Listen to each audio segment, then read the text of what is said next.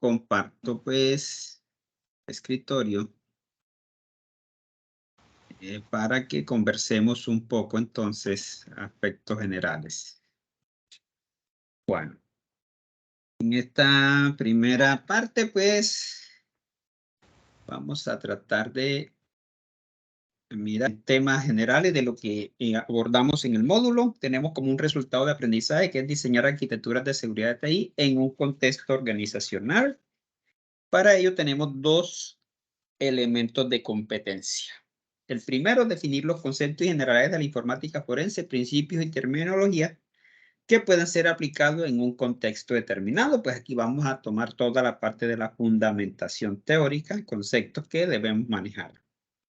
En el elemento de competencia 2 vamos a determinar de forma sistémica los mecanismos y procedimientos ante un evento de seguridad que requiere el uso de la informática forense en un contexto determinado. Esos son los dos elementos de competencia que están propuestos en el módulo. Para ello desarrollaremos la siguiente temática: generalidades de la informática forense y la cadena de custodia y herramientas técnicas para el análisis forense. Eso en el elemento de competencia 1. En el elemento de competencia 2 hablaremos de la metodología para el análisis forense de un evento en línea y post-mortem y presentación del informe.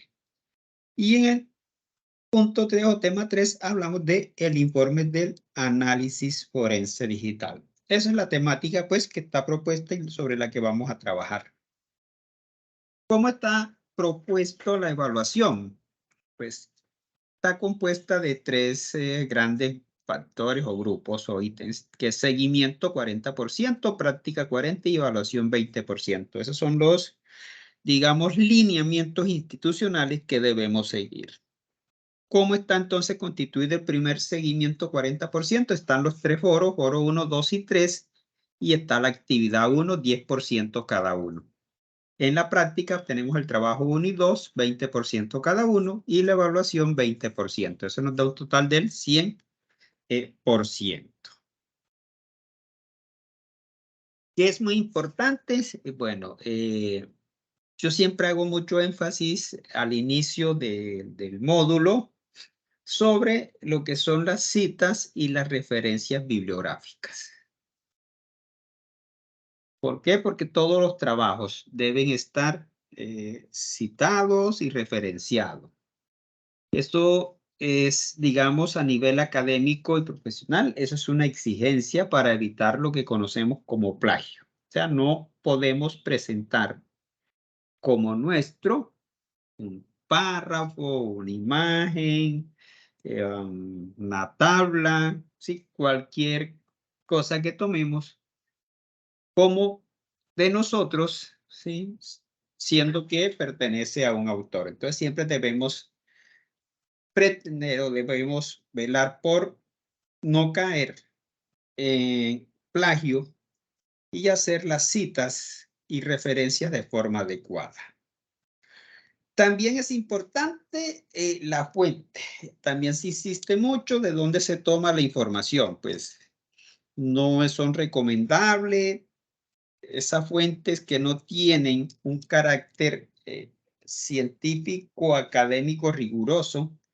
Caso, por ejemplo, de Wikipedia, Rincón del Vago, Monografía, porque estas páginas, cualquier persona llega, elabora un documento, lo sube y listo, sin ningún tipo de restricción ni evaluación. Entonces, no se garantiza la calidad del... Entonces, ¿qué debemos usar? Pues, mire, lo ideal son bases de datos académicas desde la página, pues, desde el aula virtual que nosotros tenemos acceso a las bases de datos académicas. También podemos utilizar Google Académico. Entidades como universidades, la Asociación Colombiana de Facultades de Ingeniería, la Asociación Colombiana de Ingenieros de Sistemas, entre muchas otras instituciones, pues, que son fiables y que garantizan la calidad de la información que publica. Entonces, es muy importante tenerlo presente para no caer en esos errores de tomar información de sitios que no sean confiables. Aquí, pues, les voy a compartir algunos enlaces sobre la importancia de las referencias bibliográficas en la cita en la elaboración de documentos y trabajos científicos y o académicos. Pues para profundizar, porque la idea no es venir aquí a conversar de esto, pero sí que conozcan, entiendan la importancia de estos elementos. Sí, vamos a tener, y les recomiendo esta página, que son las normas APAS-ORG.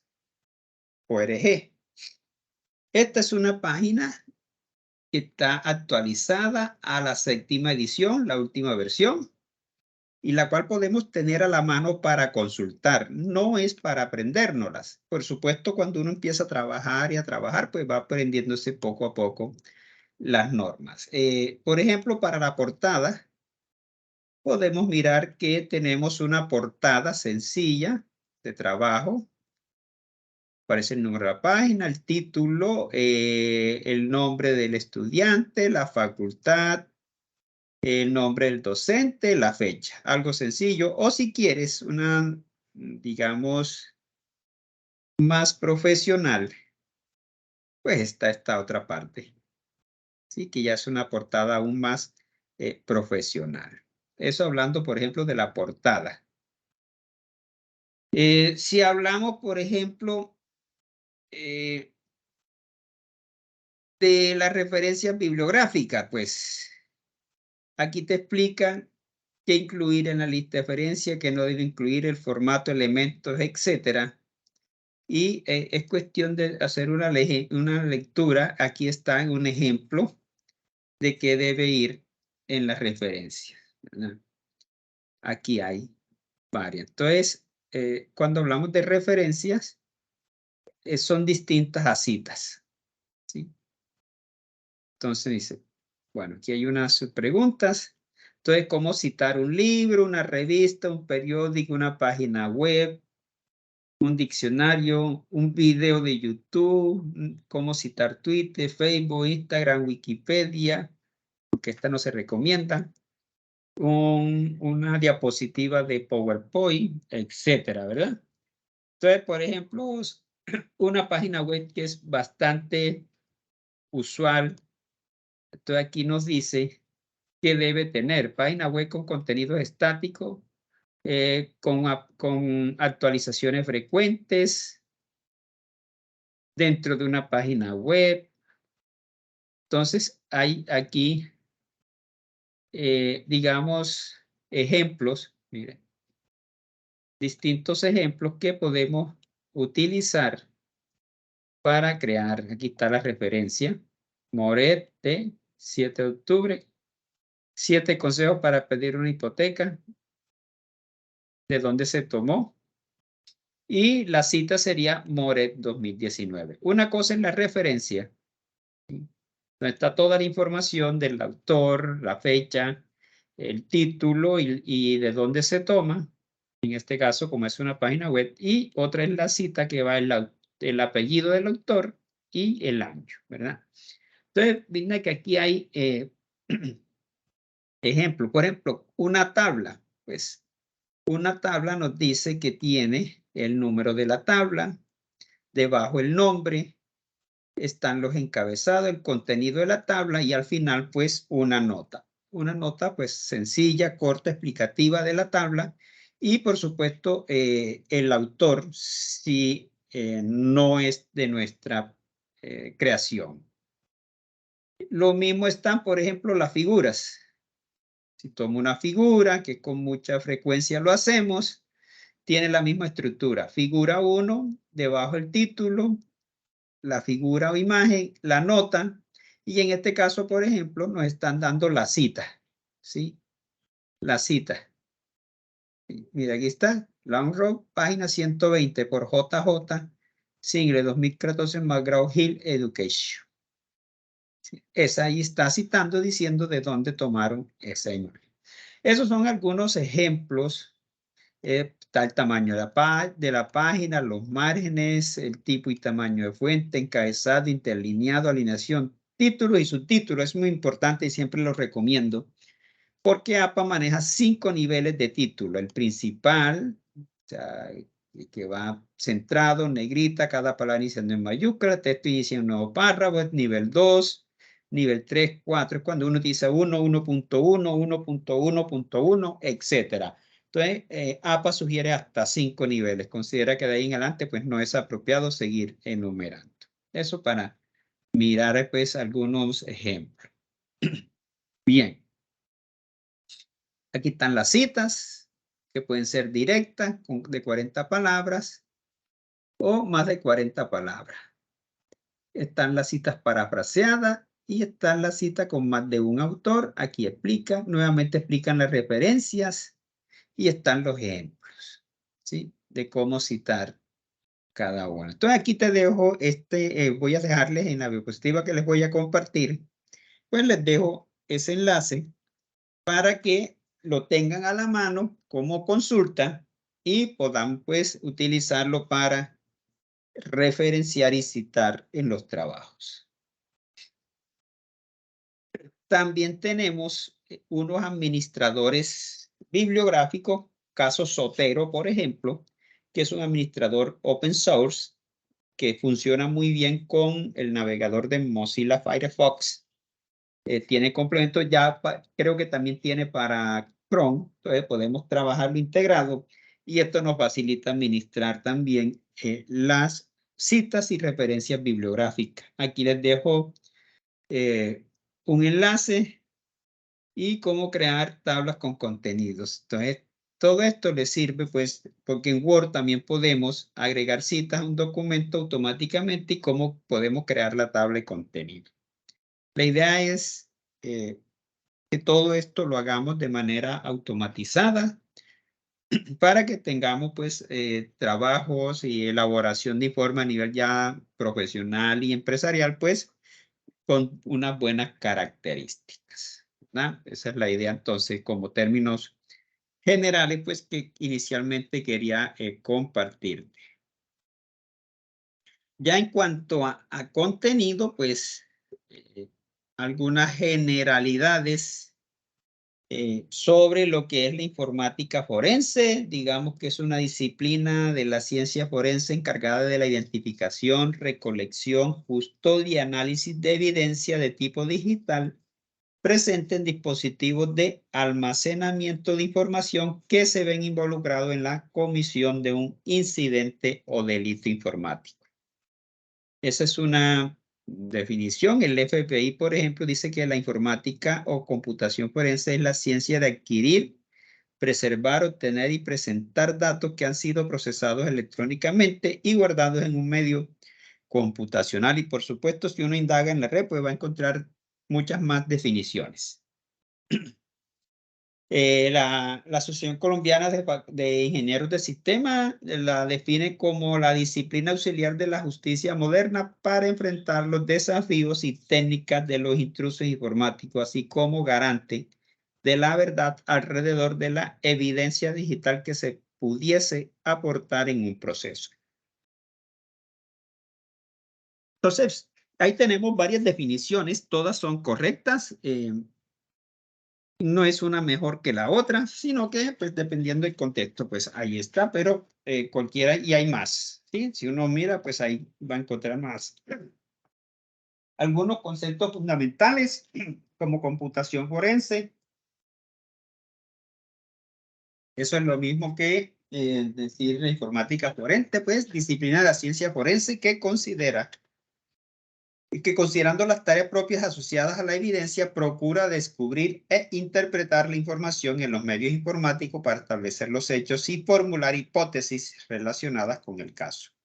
O como disciplina científica y especializada que, entendiendo los elementos propios de la tecnología de los equipos de computación, ofrece un análisis de la información residente en dichos equipos. Pues, eso es una definición que da la Asociación Colombiana de Ingenieros de Sistemas sobre lo que es la computación forense. También está la forencia en redes o network forensic. Digamos que es un escenario aún más complejo. Es necesario comprender la manera como los protocolos, configuraciones e infraestructuras de comunicaciones se conjugan para dar como resultado un momento específico en el tiempo y en el comportamiento particular. Esta entonces es una especialidad que está dentro de la informática forense. De allí que cuando se va a hacer un proceso de investigación, el equipo de informática forense está compuesto por varias personas, debido a que es muy complicado que una sola persona maneje todos estos conceptos y sea especialista en cada línea.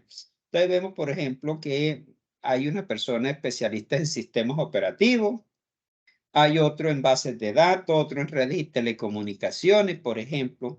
¿Para qué? Para que cada quien, pues, especialista en su área, pueda de la mejor manera poder llevar a cabo la investigación según, pues, el hecho, ¿no? Y los medios que se hayan utilizado.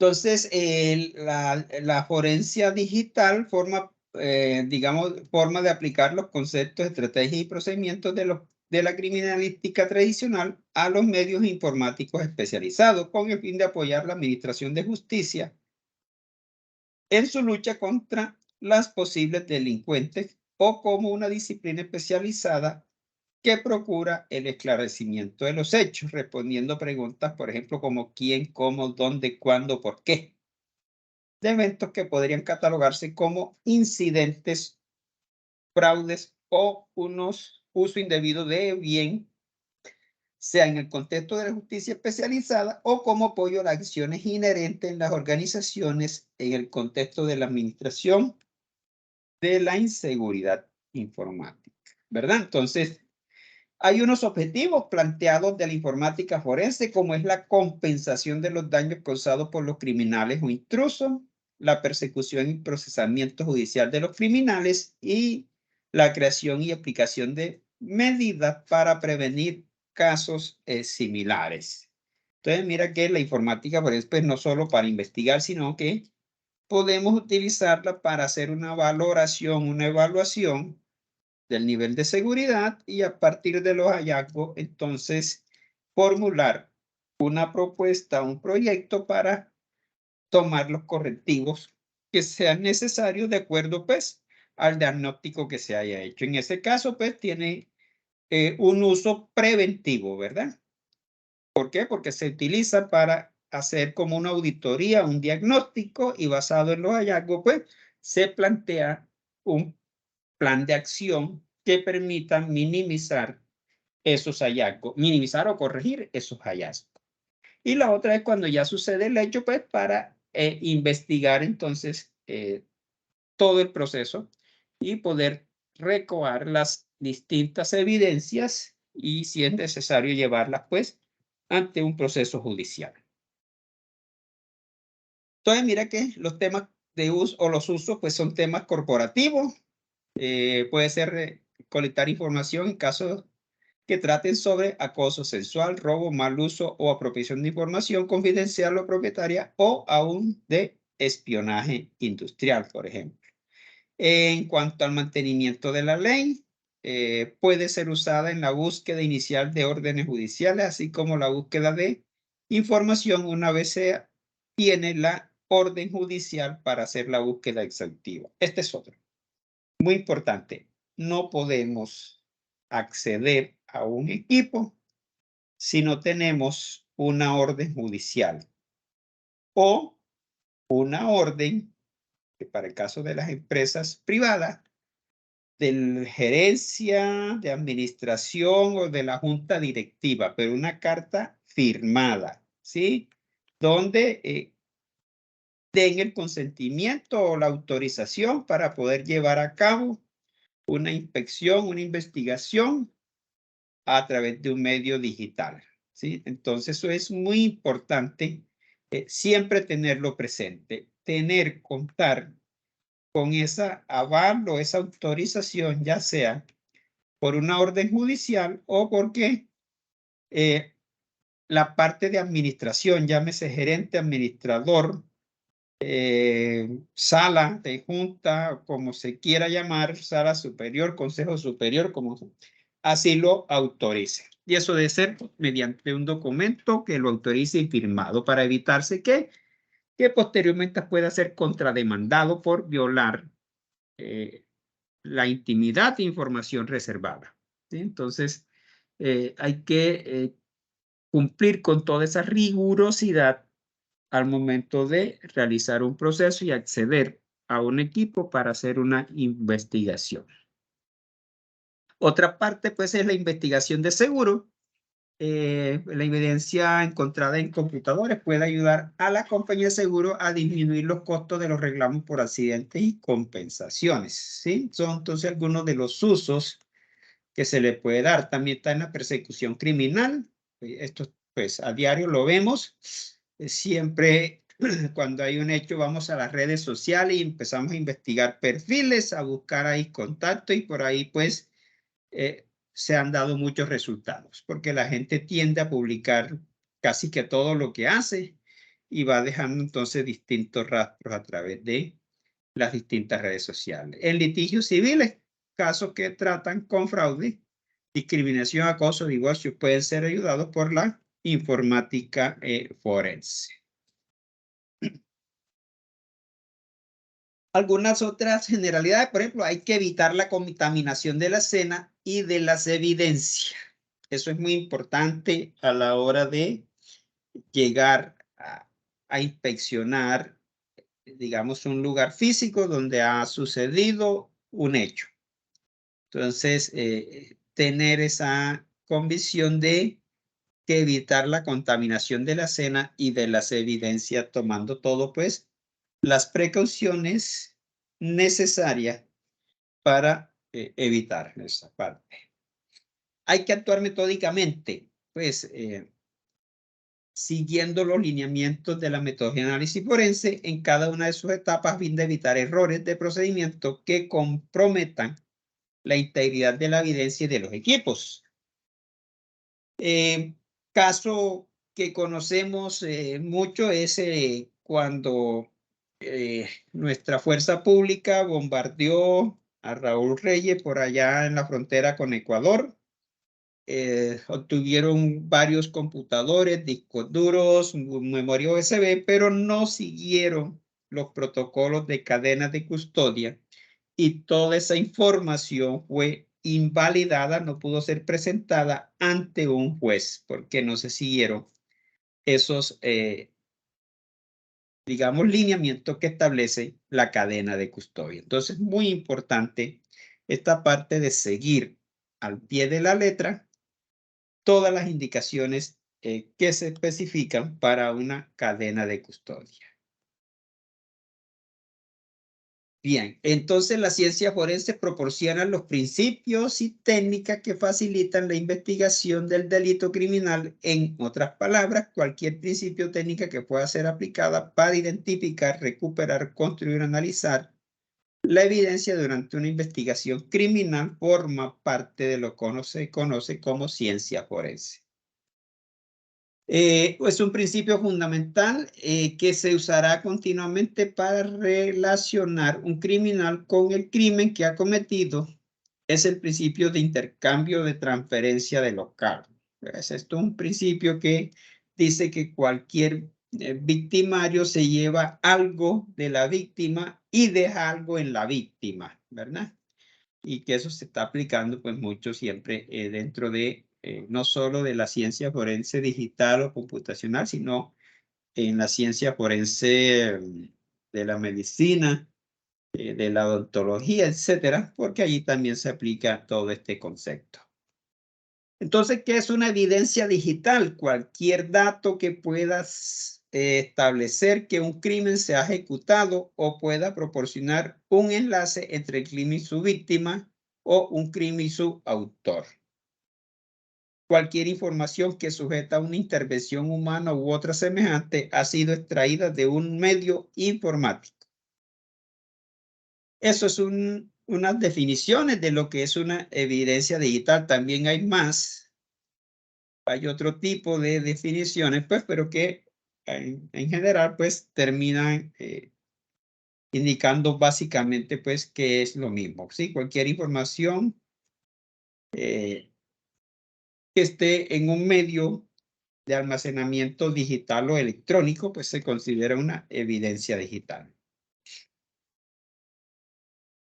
Hay un proceso de análisis forense que implica pues la identificación, es decir, identificar todos los equipos y dispositivos que estén involucrados en un hecho. Posteriormente se debe hacer la recopilación de la evidencia. Aquí se pueden hacer dos tipos de recopilaciones. Una evidencia, digamos, en línea, en vivo, que es, por ejemplo, cuando los equipos están encendidos, y se obtiene, pues, un vaciado de la memoria de los procesos para poder entonces posteriormente hacer un análisis, porque allí hay mucha información importante, sabiendo que esta información, pues, volátil, que si se apaga el equipo se desaparece. Entonces hay que poder hacer ese volcado de memoria para posteriormente hacer un análisis. Y lo otro es cuando la información pues está en un dispositivo de almacenamiento como un disco duro, como en la red, en la nube, etcétera, pues ya ahí se hace una recopilación de evidencia que se debe seguir pues una serie de pasos encaminados a recopilar la evidencia que permite determinar el método de entrada al sistema, la actividad de los intrusos, su identidad, origen, duración, todo ello pues extremando las precauciones para evitar alterar la evidencia durante el proceso de la recolección. La preservación a través de la cadena de custodia es muy importante. Después pasaríamos a analizarla ya, hacer todo el análisis de toda esa evidencia que haya sido recopilada para documentarla y elaborar lo que conocemos como el informe y finalmente la presentación. Digamos que eso es como en términos generales lo que es una metodología de análisis forense.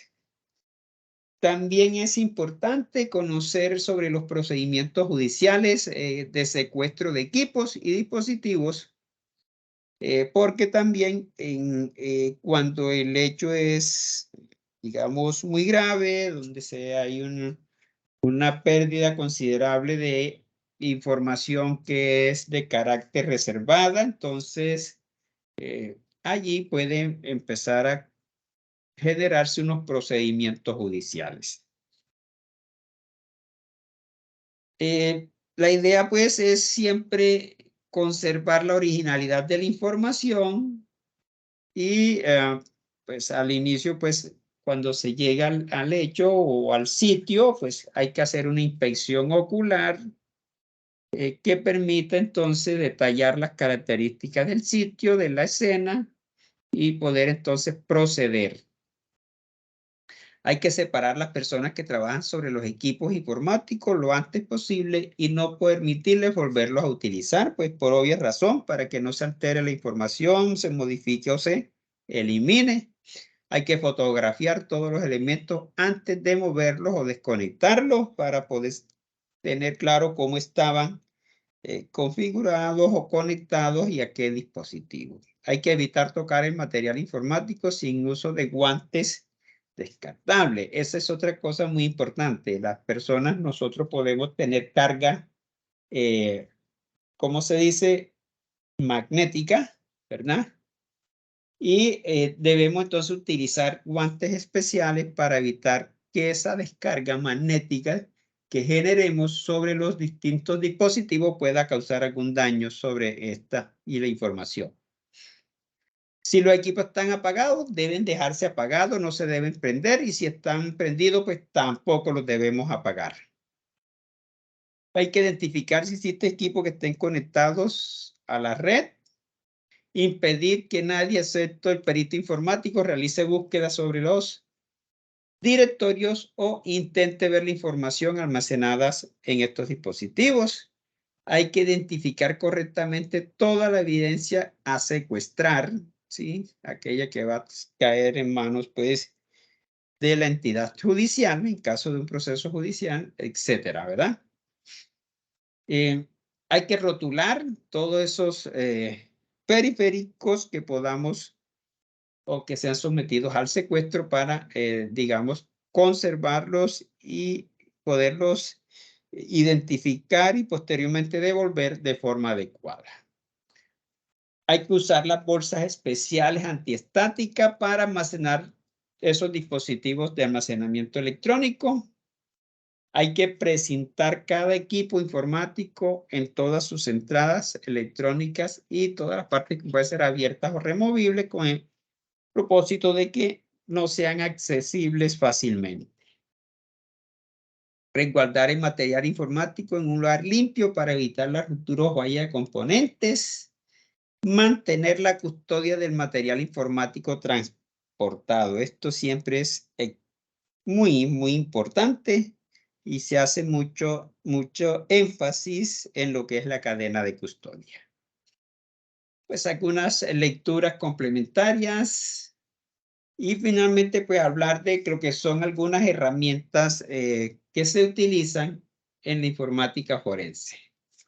Hay unas herramientas como el Linkase, el Forensic Toolkit, el WinHex, que son herramientas, digamos, reconocidas y aceptadas a nivel nacional e internacional en procesos de informática forense. ¿Cuál es el inconveniente de esta herramienta? Porque son licenciadas, son costosas, permiten hacer imagen, control de integridad, análisis y admitidas en los casos judiciales. Aquí les dejo pues algunos enlaces de estas herramientas por si quieren abordar y conocer más de ellas. Pero sí, sabiendo pues algunas tienen una versión trial que la podemos utilizar por 30 días a manera de prueba. Podemos hacer algo pero con limitaciones por supuesto porque no nos habilitan todas las distintas opciones que tienen estas desde la parte licenciada. Hay otras herramientas, digamos, tipo open source o shareware que podemos utilizar pues, a manera de prueba, manera de investigación interna que nos requiere una rigurosidad y la podemos encontrar en esa página de nearsoft.net. Hay distintos tipos de herramientas allí que podemos usar.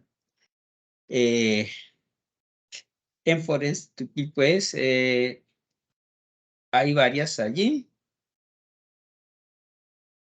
Aquí les dejo un enlace también sobre otros tipos de herramientas que podemos consultar allí. Entonces, la idea era como mirar esos aspectos así generales y, por supuesto, invitarlos a leer el módulo está aquí en el documento, pues, con sus respectivos temas.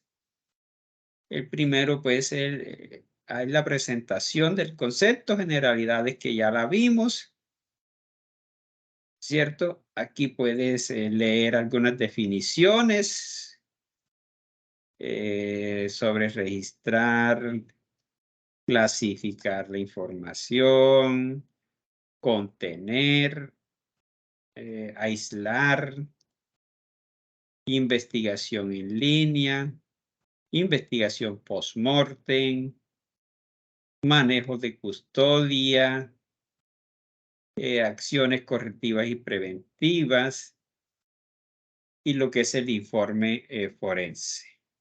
Algunas normas o estándares, tenemos el ISO 27035, tenemos el NIST 800-61, y también el Ministerio de las TIC tiene por ahí una guía sobre metodología de análisis forense.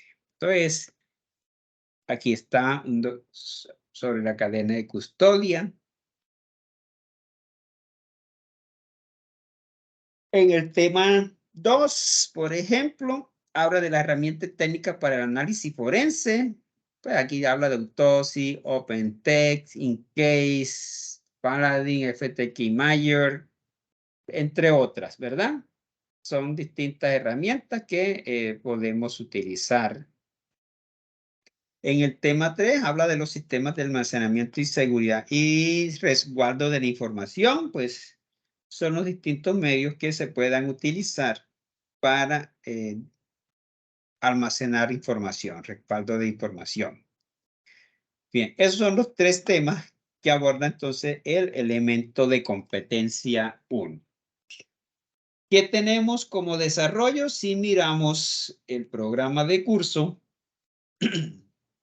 tenemos que para hoy se vence el foro 1, ya se cierra hoy 12 de la noche, 11:59:59.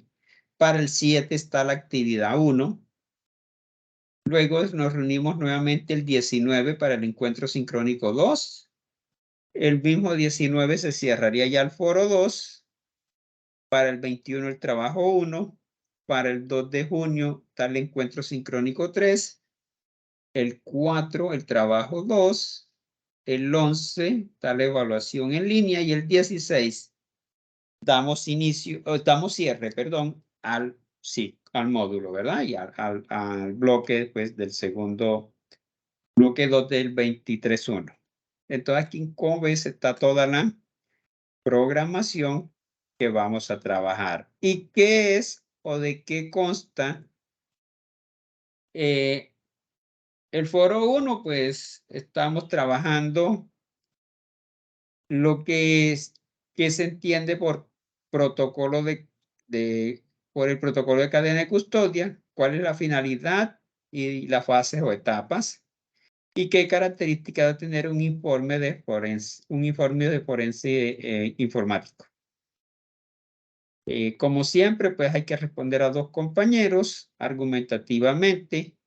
¿Y cómo se califica? Pues el aporte propio con 2, el aporte a un compañero con 1.5 y el aporte 2 a otro compañero con 1.5, ¿verdad? Y como se ve, pues finaliza el día de hoy. Eso en cuanto al foro, y como actividad que se vence el domingo, vamos a elaborar un mapa conceptual, pues como estamos en el elemento de competencia 1 de los fundamentos, de los conceptos fundamentales, pues qué mejor forma de poder representar esos conceptos haciendo que un mapa conceptual. Y vamos a determinar como mínimo una situación en la que es recomendable un proceso de informática forense. Esa situación puede ser que la vivió personalmente, se la contó o la vivió un amigo, compañero de trabajo, se evidencia en la organización en la que trabaja, etcétera, ¿verdad? Entonces vamos a buscar un caso, porque en la parte del trabajo 1 y 2 vamos a tratar de hacer algo práctico con este caso. Entonces, en la medida de lo posible, es un caso que conozca, que se pueda, o por lo menos que pueda tener acceso a información. El documento debe tener como mínimo la portada, la introducción, objetivo general. Recordar que se redacta un solo objetivo general y podemos redactar 2 o 3 objetivos específicos, no más, porque sería pues ya demasiado pues para el tipo de trabajo que se está haciendo. No más de 2 o 3 objetivos específicos. A tener en cuenta que un objetivo se redacta con un verbo en infinitivo, por ejemplo, analizar, determinar, identificar, relacionar, conocer, aplicar, desarrollar, etcétera. Estos son verbos que utilizamos para redactar un objetivo, sea general o específico. Insisto, se redacta un solo objetivo general y 2 o 3 específicos. Aquí está el enlace también a la norma APA, esa página que acabamos de ver allá hace unos instantes, donde está pues todas las referencias.